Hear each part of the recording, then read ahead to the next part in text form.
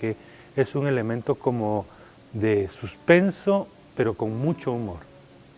Bueno, pues aprovecho la oportunidad para invitar a todo el mundo a que participe, ya sea viendo o haciendo cine guatemalteco. Ya viene pronto el festival más importante de Centroamérica, que es en Guatemala, y además el cine en Guatemala es una industria que está apenas naciendo y necesita crecer. Así que todos los que se quieran involucrar en el cine, bienvenidos a la industria, y todo el público en general, bienvenidos a ver las películas guatemaltecas. Y aquí en el set quisiera platicar un poquito con un buen amigo también, ya hacía mucho no lo teníamos por aquí, a Carlos Verdugo. Él es historiador, es cronista de la ciudad de Antigua Guatemala, nombrado en el 2004. Bienvenido, ¿cómo está Carlos? Muchas gracias, Tuti, pues nuevamente acá compartiendo estos temas tan interesantes, tan bonitos, que forman parte de nuestra herencia cultural y ese patrimonio intangible que nos distingue a los guatemaltecos. Todas esas historias, lo que veíamos en el bloque anterior, nuestras leyendas, ¿por qué cree que tiene un cierto halo de fascinación el terror, cuando es terror, ¿no? Bueno, realmente es parte de esa situación desconocida, de pensar que pueden existir mundos paralelos, dimensiones cercanas. También es buscar una respuesta, ¿qué sucede en el momento, luego de la muerte? Y también dentro de todo esto pues se van entremezclando las lecciones moralistas, porque al final muchas de estas historias de terror, de espantos, aparecidos, fantasmas, no tienen otra finalidad que despertar un momento de reflexión en las personas. Claro. De, bueno, para evitar que me sigo aparezca, claro, en un mal camino, o si mi actitud y mi forma de vida se asemeja a X personaje, pues ahí va a estar el resultado. Y que desde la infancia, casi es el trabajo de las abuelitas en muchos casos, cuando el niño no se quiere ir a dormir, bueno, pues contarle una historia de estas para que entonces... para que duerma con miedo. Bueno, ahora, lo interesante de esto, y que lo mencionaba Carlos, es que de alguna manera se educa a través de estos personajes, o se deja una reflexión moralista, lo voy a decir de esta forma, pero es educar con terror, es educar con miedo, no educar con la razón, digamos, no educar con cierta lógica, sino es como conseguir una actitud, digamos, no tomar, no ser mujeriego, ¿no? Etcétera, etcétera, según la leyenda de la que estemos hablando, pero porque me va a dar miedo, ¿cierto? Era la manera, digamos, como de dejar esas lecciones a la gente. Bueno, en parte, y tenemos que tener también una claridad fundamental para Guatemala.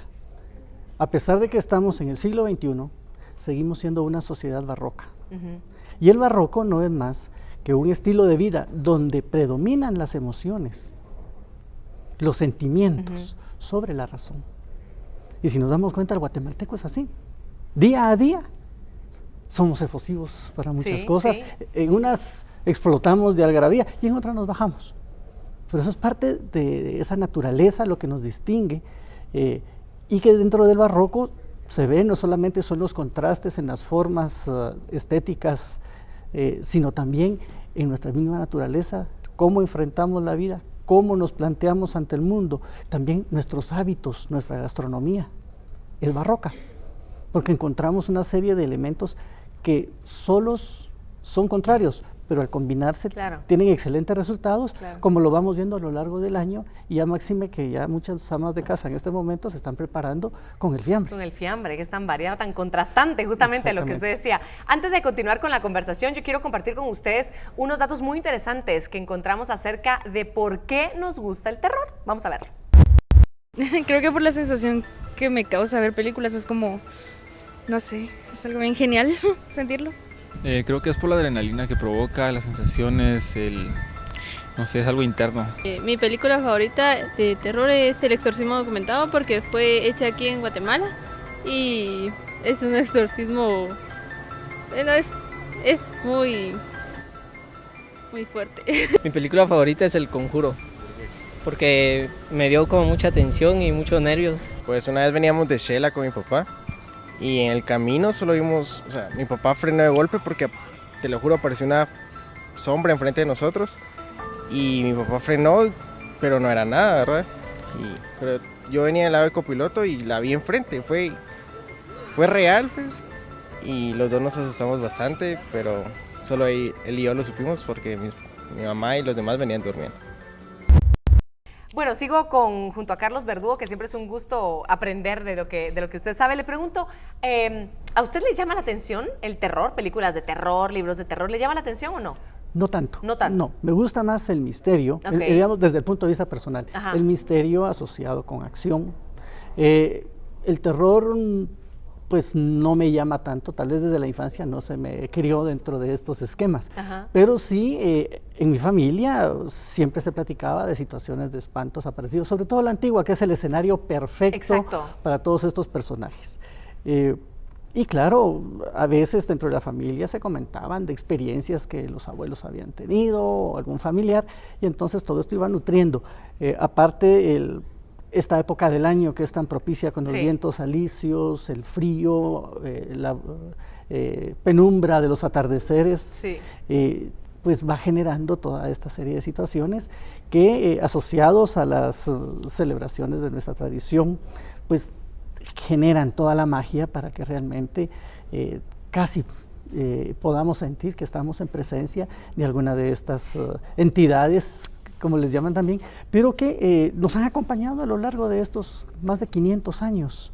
Le hablábamos en el bloque anterior, Carlos, de estas leyendas de Guatemala, y yo mencionaba que algunas podrían estar basadas en personajes reales y otras inventados, ¿cierto? Como cronista, ¿estos personajes o algunos de ellos sí existieron? Bueno, algunos vinieron.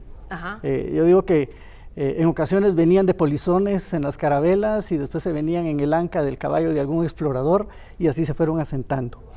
Pero otras sí tuvieron su escenario acá en nuestra geografía.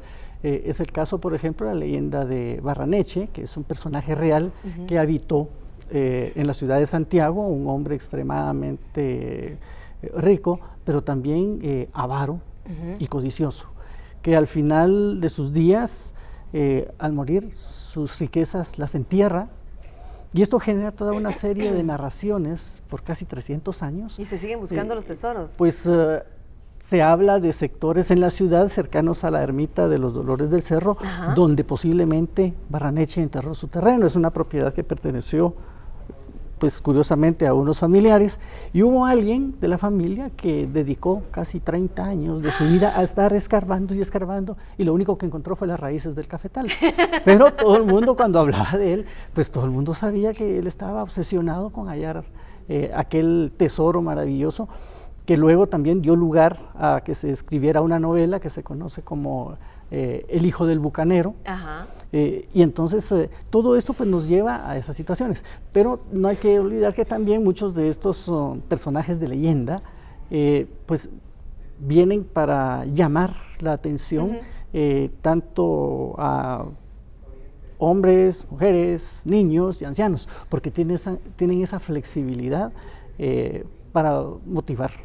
Interesante. Bueno, estamos hablando un poquito de por qué nos gusta el terror. Gracias, Carlos, por acompañarnos. Como siempre, muy interesante, y queremos compartir con ustedes otra capsulita sobre otra de estas producciones que se han hecho en nuestro país alrededor del terror, y esta está a cargo de Dabner y un cortometraje de suspenso. Vamos a verlo. Bueno, yo me inspiro realmente porque cuando descubrí este nicho que era el estudio de lo paranormal o las producciones paranormales, siempre había personas o que conocían sucesos paranormales o que sus familiares conocían sucesos paranormales, y me llamó la atención. Entonces dije yo, hay que investigar un poquito por qué es de que se da esta situación y llegar un poquito más a fondo y tal vez tratar de entrevistar, buscar información, y así es como se empezó este viaje en los cortometrajes de sucesos paranormales. Bueno, pues para hacer estas producciones ha sido complicado porque tenemos que llamar a las personas a las que les ha pasado realmente, a los testigos originales, y a veces pues como son temas un poco complicados, la gente a veces no quiere hablarlos, pero sin embargo los ha hecho, y hemos también contado con el apoyo de parapsicólogos, médiums y toda la gente que hemos ido conociendo en el campo de lo paranormal. Y esto ha sido bien recibido por el público. Pienso que siempre es un tema interesante porque siempre hay personas que tienen esa curiosidad de saber si hay una vida después del más allá, si hay un paso a través de un plano terrenal y un plano espiritual, y eso es lo que hemos tratado de investigar. Yo pienso que la gente busca ver estos cortos o estos sucesos paranormales porque siempre hay ese misterio de ¿habrá vida después de la muerte? ¿Cómo será que podemos comunicarnos con estas personas? ¿Será que se puede comunicar uno con estas personas? Hay situaciones que realmente les ha sucedido a muchas personas y tratan de ver en los cortos, tal vez eso me pasó a mí, entonces es algo interesante. Aparte que siempre creo que está la constante pregunta, ¿verdad? ¿Será esto real o no?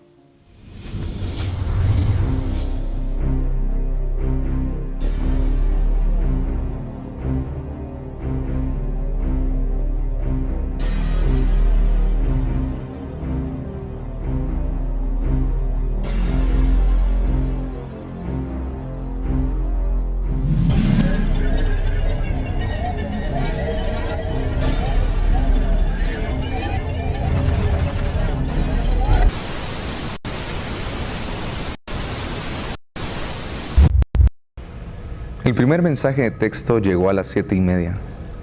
El destinatario decía anónimo. Algo que me pareció muy extraño. El mensaje decía, llegaré pronto. Esto me asustó un poco, pero pensé que alguien me estaba molestando y no respondí. El mensaje siguiente llegó como a las 8:30 y decía, voy en camino. Yo lo ignoré. Pero el tercer mensaje llegó a las 9:15 y decía, estoy aquí, sal a verme. Antes de poder responder, tocaron la puerta principal de mi casa. Me aterroricé. Mis papás llegarían en 1 hora. El cuarto mensaje entró a las 9:30. Temblando alcancé mi teléfono que estaba enredando en la colcha de mi cama y me temblaban las manos mientras abría el mensaje. Este decía, abre.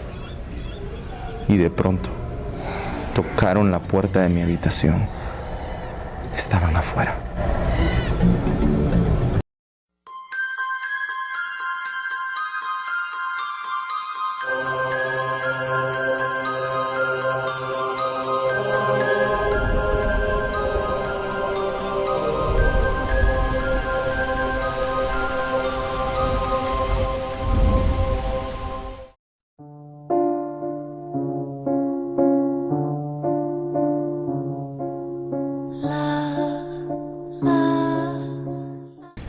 Cuando era pequeño vivíamos en una casa de 2 niveles. Mis papás trabajaban, por lo que estaba solo cuando regresé a la casa. Un día regresé más tarde y la casa estaba muy oscura. Entré a la casa y grité, mamá, y escuché que dijo, sí. Empecé a subir las gradas y al llegar al segundo nivel volví a preguntar, mamá, y contestó, sí.